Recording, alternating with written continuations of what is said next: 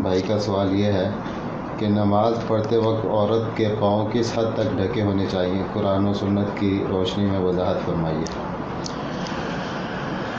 عورت پوری پردہ ہے اور پاؤں سے لے کر سر تک وہ ڈھکی ہونی چاہیے، تو پاؤں کا ڈھکا ہونا افضل ہے۔